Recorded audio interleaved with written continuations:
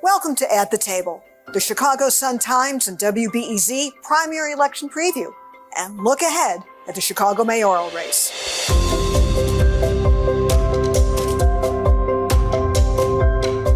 At the Table, brought to you by the Chicago Sun-Times. Digital subscriptions, only $2.49 a month. You get everything in the print newspaper, we call it the e-paper, plus every digital offering. Go to suntimes.com/subscribe.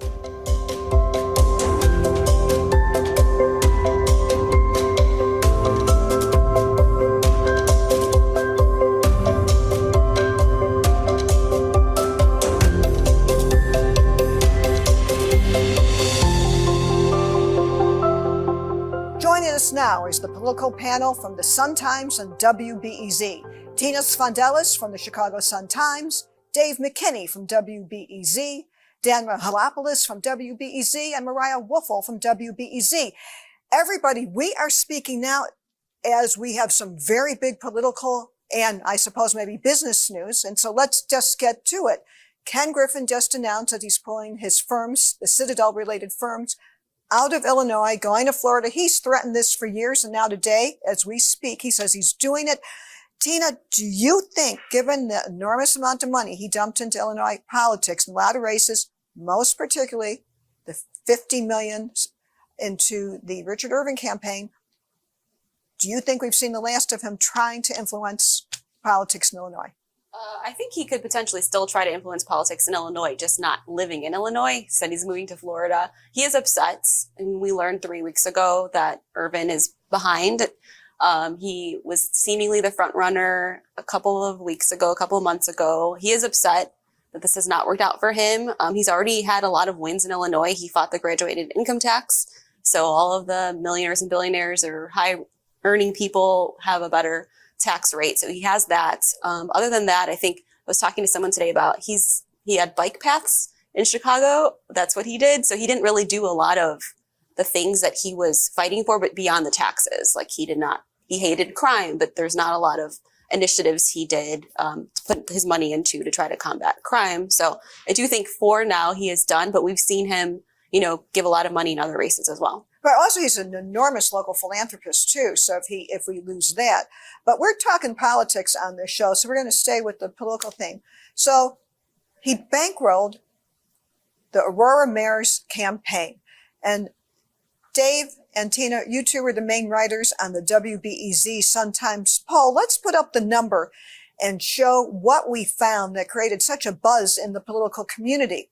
And this is a poll, we took it June 7th and 8th, but it just shows what a come from behind a surge there has been for Darren Bailey, the state senator from downstate Illinois, who comes from the Trump MAGA wing of the Republican Party. If Illinois could succeed, he would be for it. So even if these numbers have changed a little bit, what do you first, Dave, and then Tina, Dan, and Mariah, or we'll see. We can mix it up. We don't have to have everybody say everything on this show because we have so much to cover.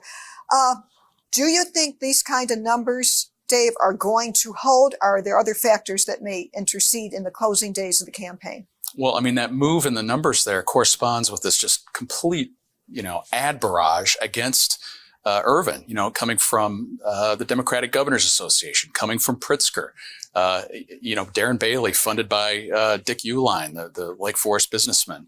So it's all kind of that effect that has partly driven Irvin down. And I think these numbers, I would not be surprised if these numbers change where Irvin's numbers continue to drop. I mean, I think that's a possibility here because you just have a sense that, the air is coming out of the balloon entirely in the Irvin campaign. And I think this news with Griffin today just compounds that. And the optics of that are just incredible because you and I don't have $50 million to throw around like that. But the optics of Irvin's main benefactor making such a seismic announcement like this.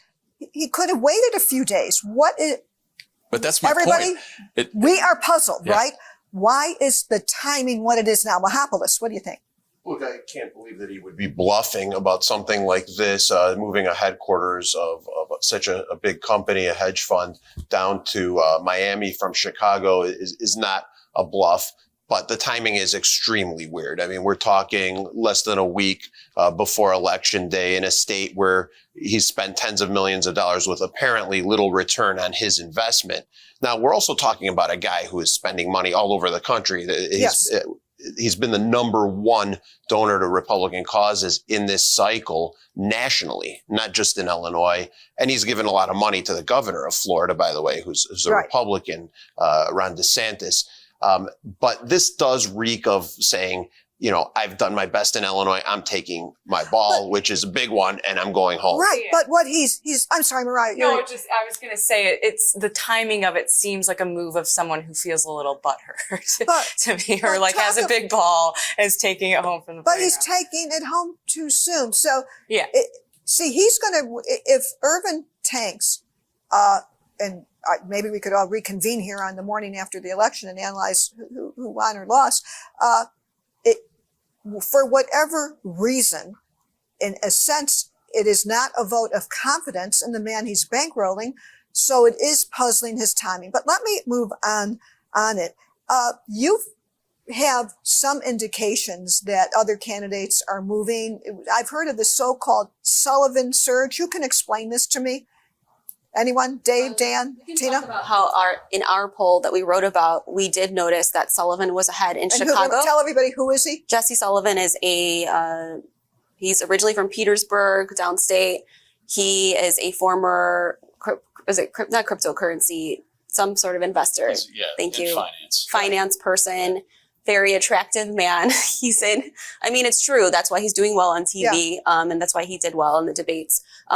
He wasn't taken very seriously. People had thought that maybe Irvin would try to help him, but chose, that Griffin would have chosen Sullivan instead, but that did not happen. So we are seeing that he has done well in Chicago, which we found to be surprising. There are not a lot of Republicans in Chicago. And so when they're seeing those poll numbers that he's doing better than expected in the collar counties and the city, they started to kind of amp up their television ads in those places, so we could see a boost there. Right. Remember, it only takes a plurality to win. So all these ads that seem to ennoble the conservatism of Darren Bailey are really tricks by J.B. Pritzker, the governor, with an unlimited amount of money, Democratic Governors Association, because the way they gamed it out, they thought it's better to run against Trumpster Darren Bailey, because J.B. Pritzker did play the Trump hand 4 years ago, and he's really ready to do it again. Is there a backfire potential to this happening? Of course. What they're playing on here is an eternal question in these sort of situations. It's two different things. One is, who is the candidate that might win the primary because they appeal to a base that is further to the extreme, regardless of which party it is in that primary.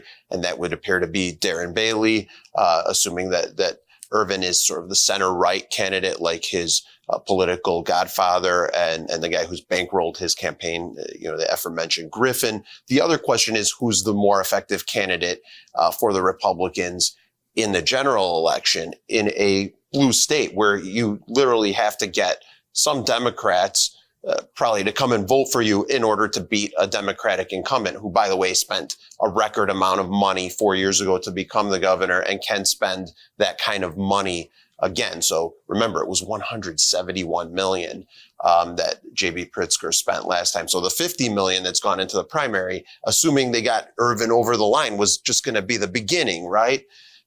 Bottom line, J.B. Pritzker thinks he would stack up better in a general election against Darren Bailey from Louisville. It's pronounced Louisville, by the way, although it's spelled just like Louisville, Kentucky.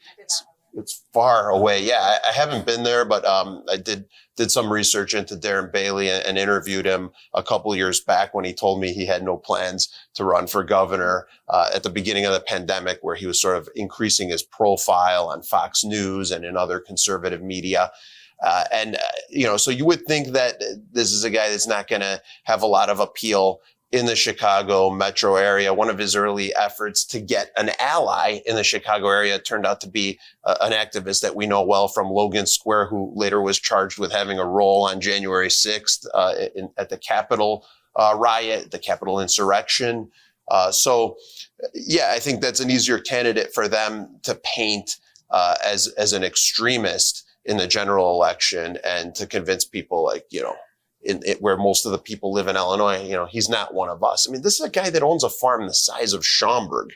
Well, it's a very different lifestyle. It's a very different part of the state. He's available. He's shown up. Tina, I know you spent time with him. It kind of shows that when you show up and talk to people, you're a little accessible. With the mayor of Aurora has not been, and you can get people to know you. So here is my question, though, about him. We know, and Tina, you'll be covering, Donald Trump is coming to Quincy on Saturday. You'll be there. And he's there. He endorsed freshman Congresswoman Mary Miller, who is from the downstate town of Oakland. She's in the only Republican on Republican primary in the state against Rodney Davis. So Pritzker endorsed her right off the bat. He's coming to Quincy to now do a get out the vote for her in the days before the election. If Trump plays like usual, he'll get a big crowd. It may not be people from her district, and it may be people, he's near the Iowa-Missouri border. But here is my point. I know, and we've talked about this, Darren Bailey would have loved to have had Trump's endorsement. In a sense, though, if Trump just gets that MAGA Republican turnout in Southern Illinois, guys, doesn't it just raise Darren Bailey's ship whether or not there's a formal endorsement at this point? What do y'all think?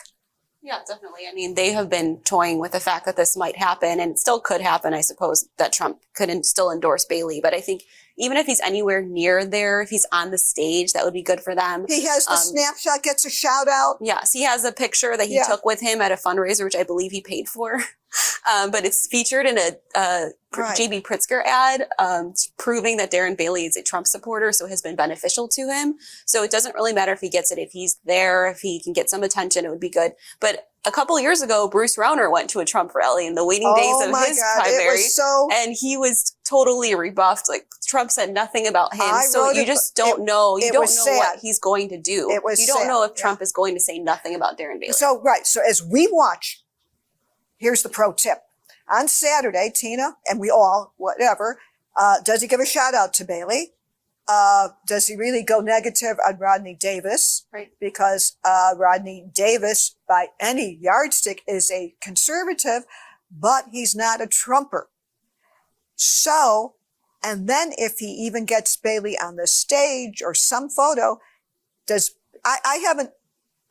Bailey have enough money to instantly get ads up, or how would he leverage it? I mean, this is the problem here. This is an endorsement that would have been a much more valuable thing to people had it happened 3 weeks ago, because then there would have been an ability to get it out on TV and get it in mailboxes and things like that. And, honestly, if you're Darren Bailey looking out at things, I mean, as Tina pointed out, he has that image of him and Trump and the Mar-a-Lago experience. But for a general election, maybe it works to Bailey's advantage somewhat if he can, have just a tiny, tiny little bit of distance from Donald Trump, because that's going to be part of what JB Pritzker tries to paint over and over about this man, Darren Bailey. Hey, not to do totally a pre-autopsy. It sounds harsh. I know everybody of the mayor of Aurora, but did the Irvin people and the political consultants who spawned his, Irvin's candidacy, did they just pick the wrong guy here? Well, I mean, if you knew that text messages would come out where he's criticizing Trump as a racist, as our friends at WTTW reported, I'm sure that they knew that he had voted Democratic in some other situations. But you take all of this and put it all together, and I think the hard right voters that do exist in this state in some numbers, albeit a clear minority, really don't think Richard Irvin is what they want when they want somebody like Trump. And so Darren Bailey sort of benefits from that. Some of the other candidates might benefit from that because whether Darren Bailey is endorsed or not officially, I think he's been very open about the fact that he likes Donald Trump, and Richard Irvin has been very sheepish about his approach to Donald Trump. Let's move on, because one of the big findings in the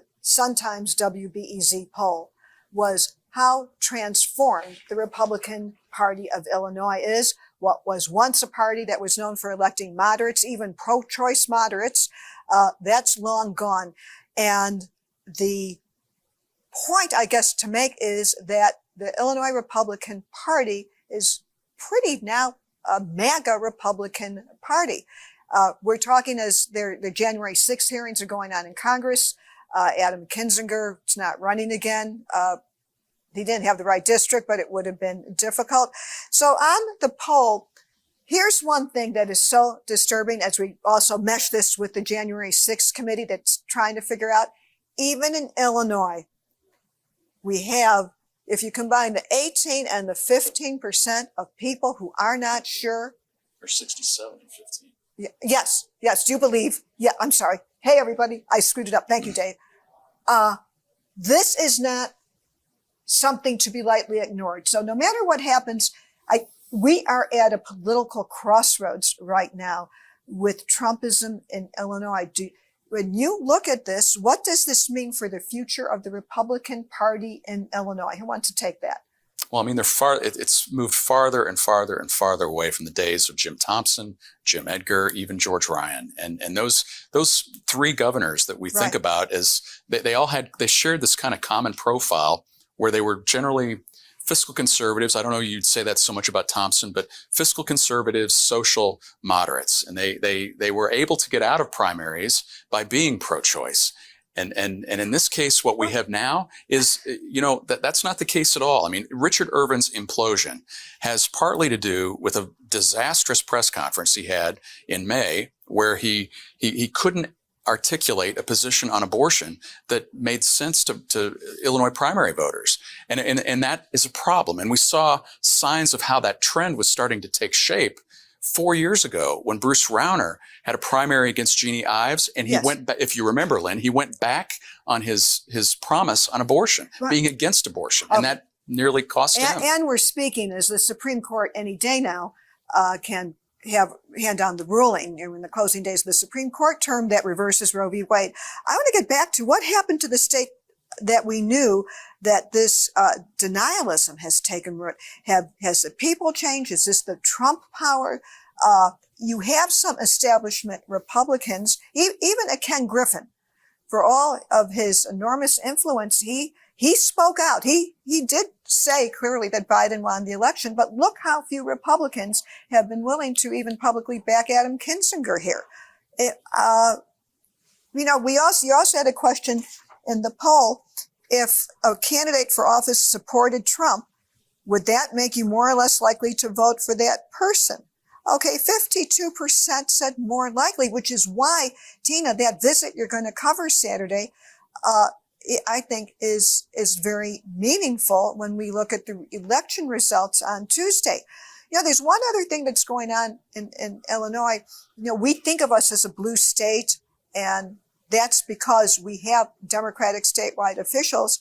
One of the things, and again, Tina, you reported on this, is how does this intersect with a mainstay of J.B. Pritzker's campaign plan, especially if abortion is rights are struck down? He is fashioning himself as the champion of abortion rights with Illinois, in a sense, a mecca. So how does this all calibrate as you look ahead? Well, just in conversations that I've had over the past week or two, I do feel there's a lot of Republicans who feel like they don't know where they belong. And I think that is going to be a problem in our state and why you might see people veer more to the right. So I do think J.B. Pritzker obviously is a progressive governor, and he's moving even more to the left as he has other political aspirations. So I think that there will potentially be a problem where these people don't know where they belong. They don't agree with these progressive policies.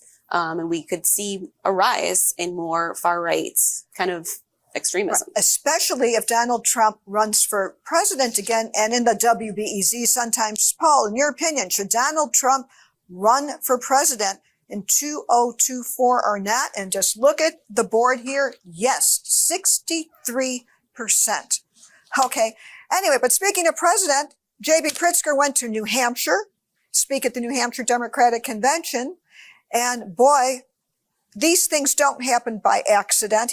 He was on the East Coast helping other candidates, Massachusetts, Maine.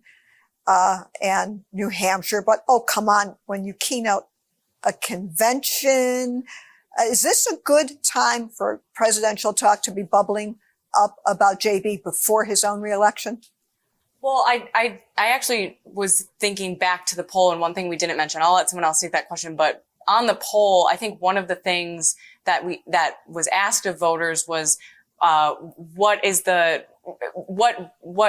demographic of people are most affected by institutional racism in our society? And I just wanted to put that out there because that was an astonishing answer. I feel like it was, I think a third of respondents said that white people are the largest, affected by racism in our society. And so I think when we talk about like the Illinois Republican Party, being the Trump GOP, you really see like those conspiracy theories that Trump has touted being deeply rooted in ideology. Okay, shifting the gears, Congress.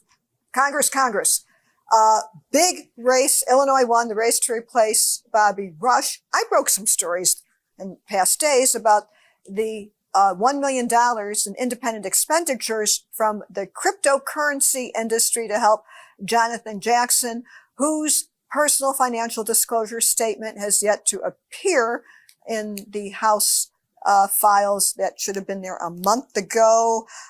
17 Democrats are running. Does anyone have a sense? You're on the ground here. I'm in Washington. I've done a lot of reporting on it.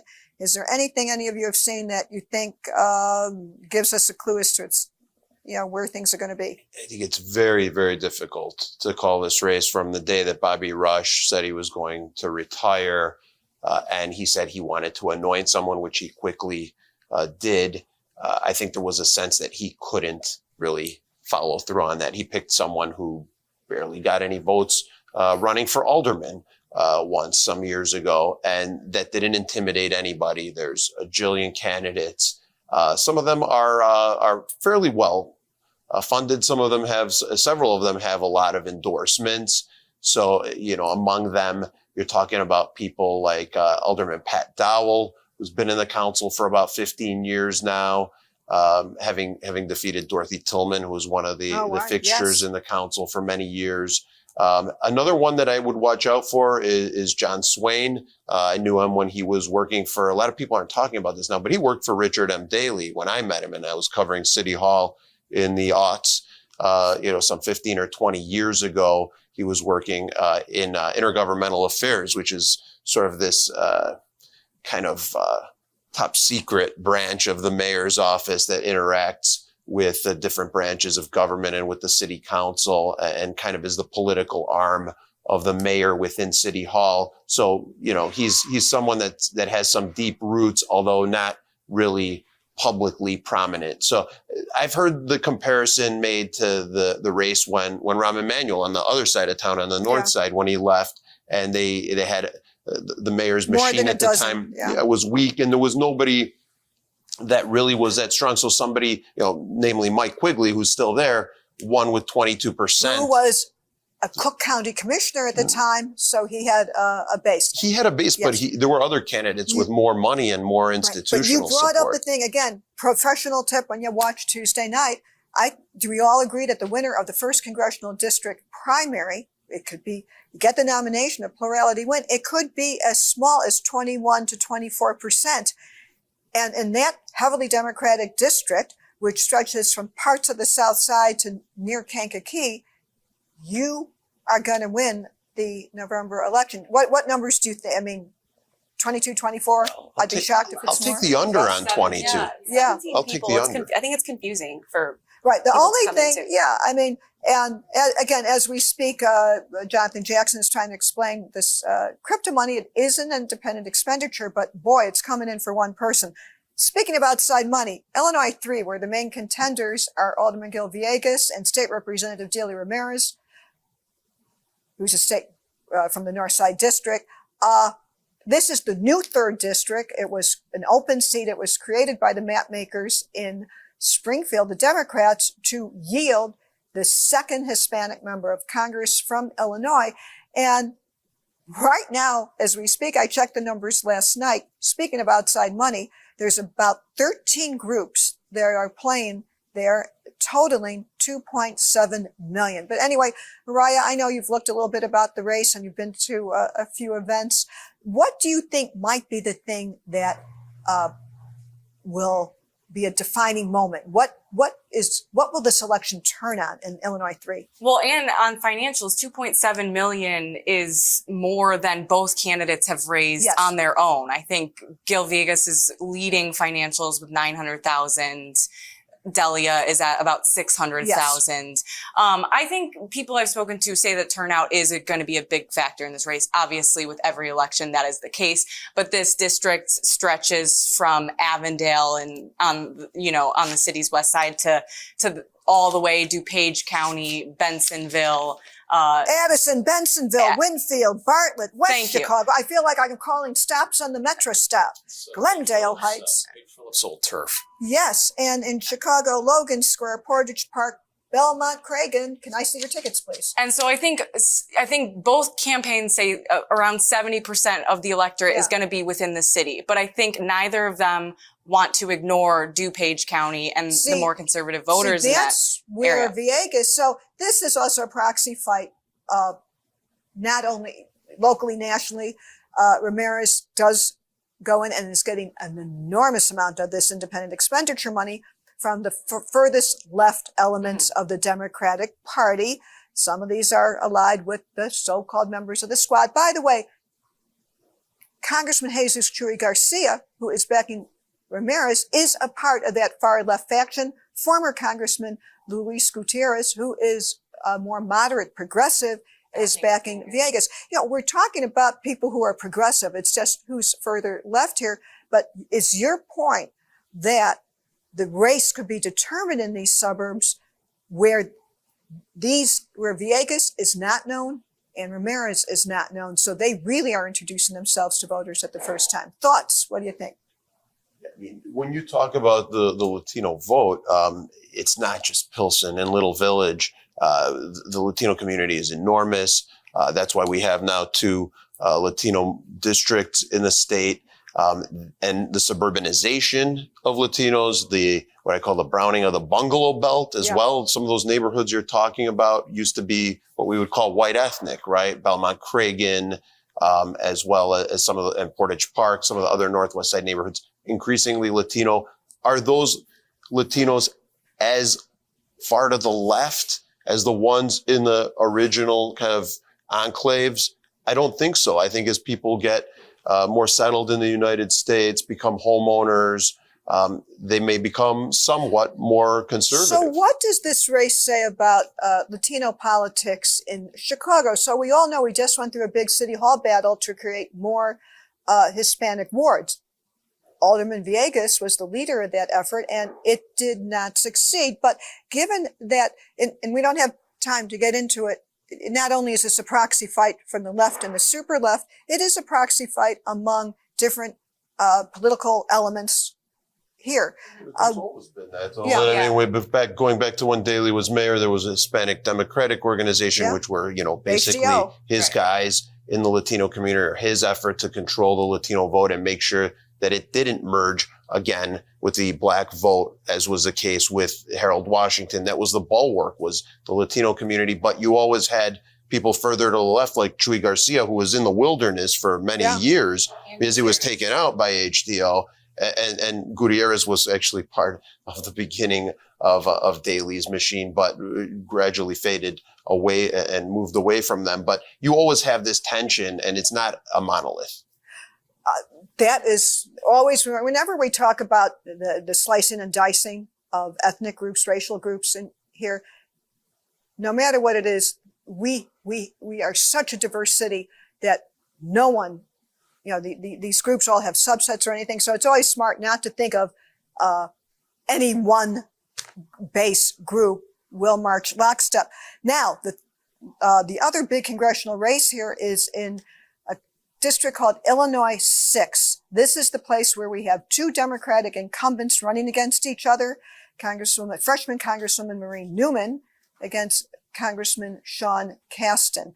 And this race is a little harder to talk about because tragically Sean Casten's 17-year-old daughter died just a few days ago, and it put the race in pause. There's also a lot of outside money in that race, and some of the bigger players followed the lead of the candidates there.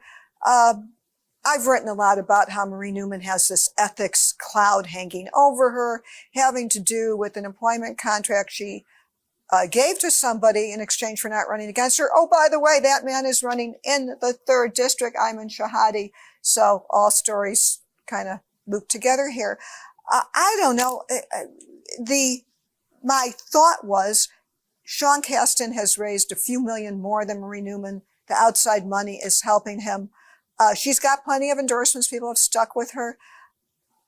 With this tragedy, I'm just not sure if it, where the dynamics may flow now. And certainly it takes the wind out of the heavy negative that was going against Newman at the end. I saw that on TV today. I saw Marie Newman, an anti-Marie Newman ad. So it seems that they're back. I saw many pro Sean Casten ads, and today I saw an ad about her ethics baggage. Okay. So it seems to be like the critical ads are back days ahead of the primary. There was a little break.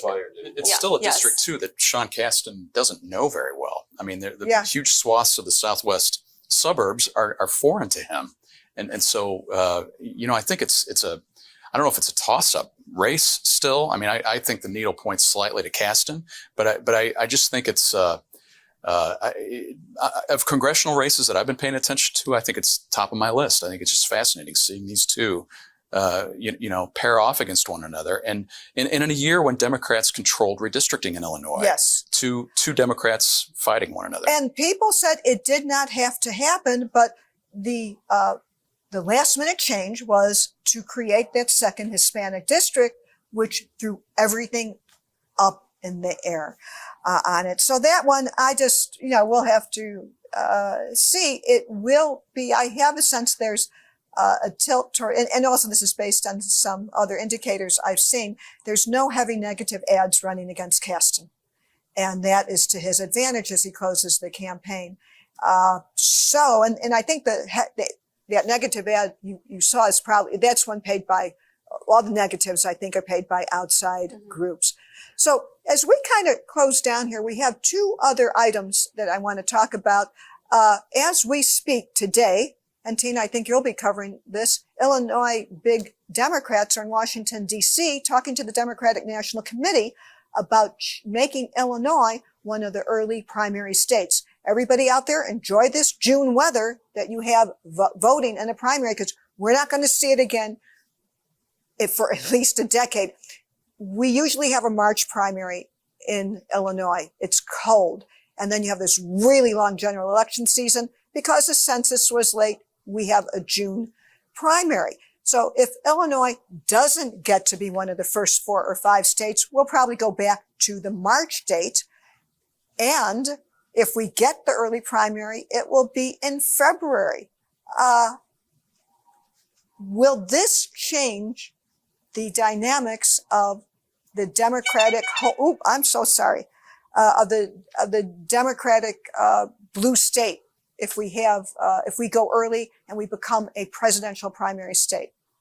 I think we're gonna see more money in these races, which have already set so many records. Like J.B. Pritzker set a self-funding record in his gubernatorial campaign in 2018. So I think the longer the campaign cycle, the crazier numbers we'll see, and I think it will shift the way that people run and when they announce and how they campaign if we get the super early primary. We have it. Yeah. Because then we'll also be, one of the things I've envied my colleagues who work for papers in Wisconsin, they get, they have to sort out which presidential candidate wants to talk to them. Since 1992, Illinois has just elected Democrats.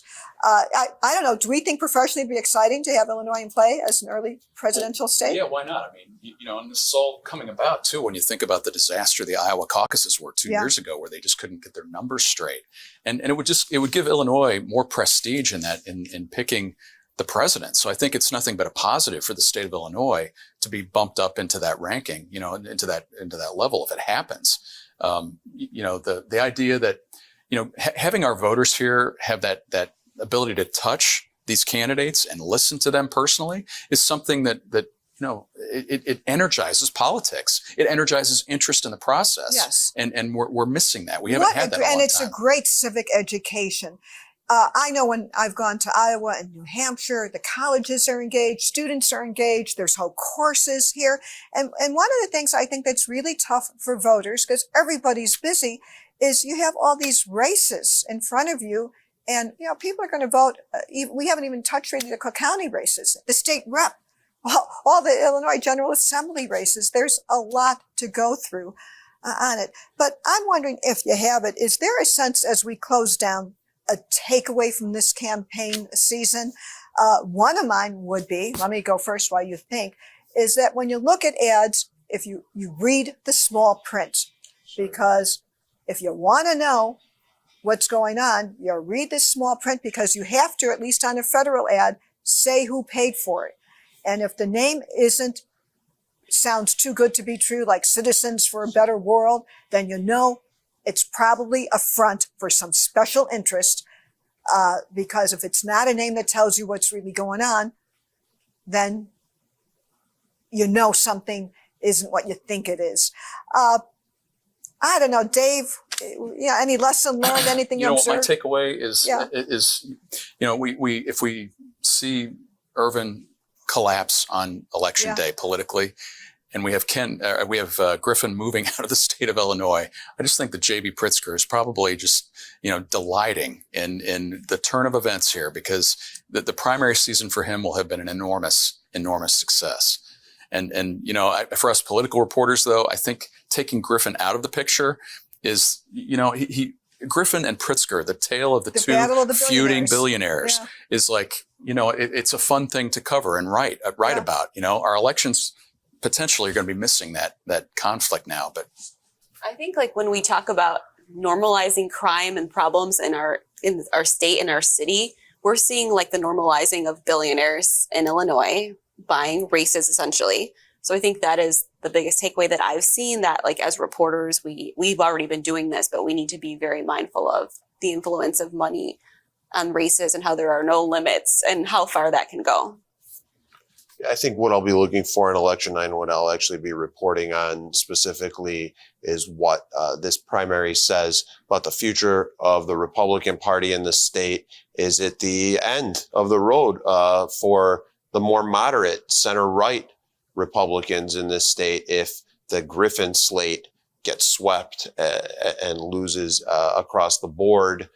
Is it going to be a party now that is completely a Trumpist party more than it is like the traditional conservative, fiscally conservative and more socially centrist Republican Party that we grew up with? I think in that vein, it has been disappointing this election season to see these very familiar dynamics play out, this divisiveness of, moderate Democrats, and it plays out in the governor's race specifically. In this case, where Democrats at the state level preying on the same fears and emotions of GOP voters, and you see that in the way that Democrats have funded ads against Richard Irvin. I think that has been disappointing and pretty not refreshing in this election season, and you see it in that race, I think, most prominently, but I think you could find examples elsewhere throughout the state as well. 4 smart takeaways. Our time has come to an end. I want to thank Dan, Tina, Dave, and Mariah for joining us on our WBEZ Sun Times political team. Now you get to know everybody who's on the team here. Find our emails, ask us about it. We'll try and answer if you have anything that you want to know. We want to be here to be helpful to you. And that was one of the points, I think, of our conversation, too. We know it, and we think you should, too.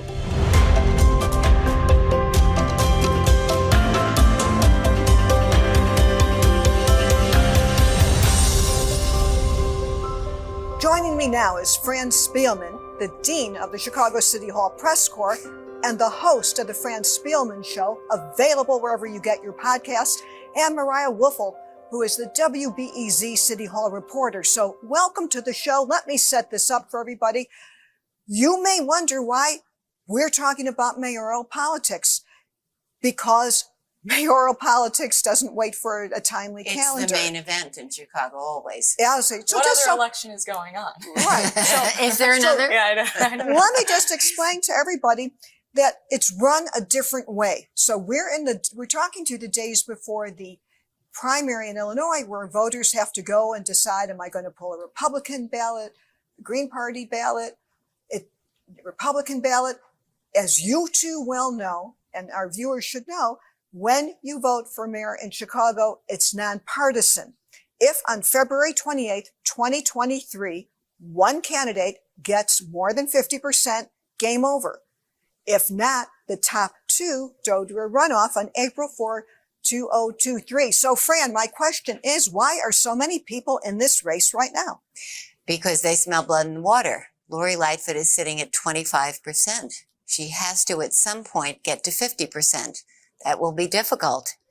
If she doesn't make a runoff with about 45% of the vote, she will be in trouble, because normally everybody coalesces behind the challenger. If you don't have strong support and a lot of momentum going into that runoff as an incumbent, chances are she would But lose. we're talking June something, okay?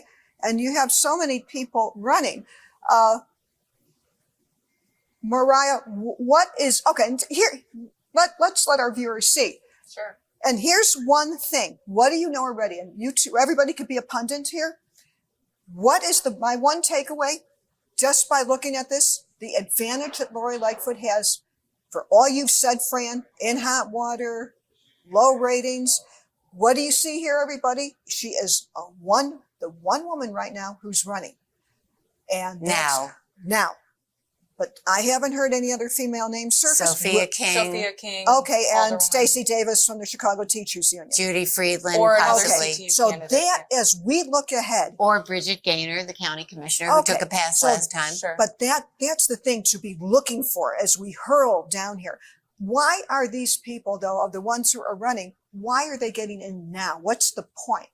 Well, as the mayor puts it, it's another day, what did she say? Another day, Yeah. another man that thinks he can do his job better Another than man who thinks Yeah. But so a lot far. of issues are plaguing the city right now. You have rising violence. We're coming off the end of a pandemic, and people are jumping on that, saying that they can, do a better job in the city of Chicago. Okay, so here's the thing. Lightfoot, as of now, in her main campaign fund, has cash on hand of $1.7 million. That's paltry. Hold Think on, about hold on. Let me make my point, Fran. In her other campaign fund, which is Chicago Forward, it's just 50,000 something as of April. Just in the last few days, she took in 100,000. Everybody, all these people combined, except for Willie Wilson, who's self-funding, and we'll get to him, have nothing. Okay. Okay, but remember something. Rahm Emanuel had at this point $8 million. He had the ability and the Rolodex and the contacts to get a six-figure donation in 5 seconds. None of these people could do that. Lori Lightfoot is not getting that, and she's having some trouble Well, raising hold money on. among the Wait, it's all- institutional But interests. Fran and Mariah, it's all comparable. She's got 1.7 million. They've got nothing. Okay. At the moment, At yes. the Right. moment, none of them have any fundraising power. And, Jamal Green just filed his papers a few weeks ago. Alderman Lopez, he took a $40,000 loan from his 15th ward campaign fund.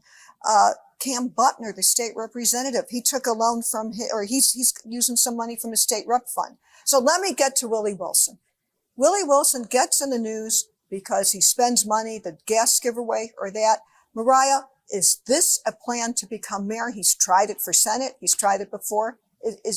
Can he just ride this to February, giving away money to people who might not even be voters in Chicago?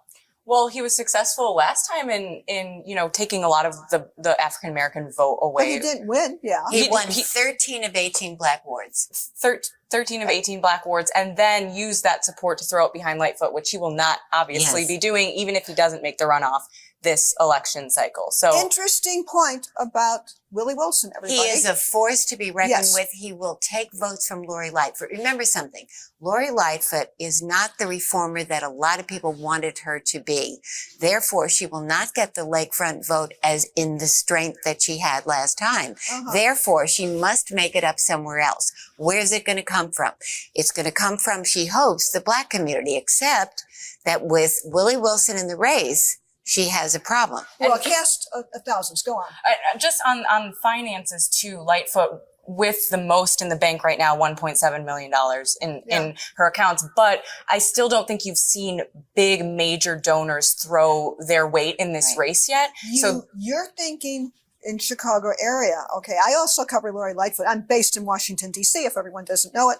I see her on a national play, and I've seen her national fundraising. She does have a national network that even if it's not, no one can compare to Rahm Emanuel, ambassador to Japan, who was just back in Chicago as a few days ago. The point being, Rahm is, let's do a carve out. No one's going to raise money like him. I think my point is the money advantage she has right now, she could use it to do something that no one else can. Fran, what should she be doing since she has money that no one else has? Well, I think you have to measure it not against Rahm, but measure it against what she needs to reverse the standing of 25%. She needs probably $8 million. I guess I'm going to disagree with you only because everything's proportional. Right now, none of these guys except Willie Wilson has money, and Willie Wilson only seems to use it to give away money to people who might not even be Chicago voters. In all deference to Willie Wilson, let's say he has had a lifetime of philanthropy and giving. He takes money out of his own pocket for a homeless guy before he ever ran for anything. So let's not say that this is buying votes only. This is a man who, right? Yeah, I would agree. I'm not denying the philanthropy. I'm saying he's not mayor and he's not senator and he's not president. He ran for all three of those things. Right. Interesting Willie Wilson thing. Let me throw it out there. He directly is trying to defeat Mayor Lightfoot because he is running against her. He is the biggest donor and backer of Richard Boykin, who's running against Tony Who runs his campaign and arranges his news conferences. Right. So Willie Wilson is trying to take out directly Mayor Lightfoot, indirectly Tony Preckwinkle. Which is an interesting point. Tony Preckwinkle is going to get involved in this mayor's race. You know darn well that she is not going to back Lori Lightfoot. Who do you think it'll be? Pick one. Okay, guys. So let's see. Will it be Sawyer? Probably. Sawyer. Sawyer. I would see Sawyer. Yeah. Where's Sawyer? There he is. There he is. Okay. Right there Bottom. in front of you. Yep. There you go. Son of Mayor Eugene Sawyer. Eugene Sawyer. Yes. Okay. Paul If he Vallis. stays in, he Okay, has a you don't likely think he will? chance. Well, he could, but Sawyer hasn't even formally announced yet. He hasn't made a formal announcement. Right, of course right. he's running, but yes. Right. But he would be the most likely to attract Tony Preckwinkle's support I think or so. Sophia King if she gets it. Both known as, pragmatic progressives with strongholds in the black community on the South Side. Do you think there's anyone out there who is the biggest influencer who could help Lori Lightfoot become more popular? Is there anyone out there? Is there anything? We do have problems. Everybody, you don't need me to tell you the problems. I think this is going to be an election about it's a referendum on her. Mm-hmm. Just as she came out of nowhere to take the mantle because Tony Preckwinkle's contribution achieved at the Burke home, $10,000 was put into the Burke indictment, and the Sun-Times front page endorsement helped Lori Lightfoot emerge from a pack of all kinds of people, 14 people. Somebody will emerge from this field and be the primary challenger. That person will then get institutional money, perhaps, and that person will be in the runoff. And then the question will be, can Lori Lightfoot go into a runoff with a head of steam enough to win? Or will it be an anybody but Lori Lightfoot election? My suspicion is that a lot of people have made up their minds about Lori Lightfoot now, and they are looking for an alternative. Okay, so who would you be looking for to get in the race that's not in? First Fran, then Mariah. It could be Pat Quinn, who is doing this recall thing that he Yeah. did 4 years ago under Ron. Former governor. It could be Gary Chico. It could be Bill Conway, who ran for state's attorney. It could be Sophia King. It could be Bridget Gaynor, My the point county is that commissioner. The more competitors, they just don't. No, they just somebody, chop up I the just said, opposition. someone will emerge from this field to become the one, to the be the primary one. challenger, just as Lori Lightfoot did. Okay, Mariah, last word as we end this segment. I think Sophia King would be an issue for the mayor. As we talked about, she is the only woman and Black woman in this race, and she's used that refrain a lot so I far. remind people she is. Sophia King is leader of the Progressive Caucus in the City Council, Southside Alderwoman. What ward is she, guys? She's 4th Ward. Okay, South The Side. Tim Evans ward, We the go old back. Tim Evans ward. So Sophia King would be a challenge. I would like to see Chuy Garcia throw his name Oh, in the he's not going to race. run. I That, know. that's the I'm congressman. putting it out there. No. We've been to this rodeo before. It would be Chuy fun. Garcia is not going to No. run for mayor. Anyway, Franny, you seem like you're about to say Most something. elections, Lynn, and you know this, are about an incumbent who has become unpopular and people are searching for an alternative. That's what's going on We've today. been through this with Jane Byrne. Yes. We know Fran and I have been around. So we've seen this. Longer than we'd like to admit. Well, we've seen this phenomenon. Somebody who comes in who could have been, we thought, mayor for life. And then look what happens. Anyway, we got to wrap up this segment of At the Table. Thank you, Fran Spielman. And from WBEZ, City Hall reporter Mariah Wolfel. Thank you for joining us. Great Take to care. have you as a partner. Yeah, that's fun. It's fun. Thanks, everybody.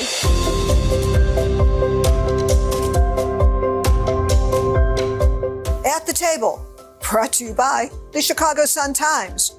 Digital subscriptions, only $2.49 a month. You get everything in the print newspaper, we call it the e-paper, plus every digital offering. Go to suntimes.com/subscribe.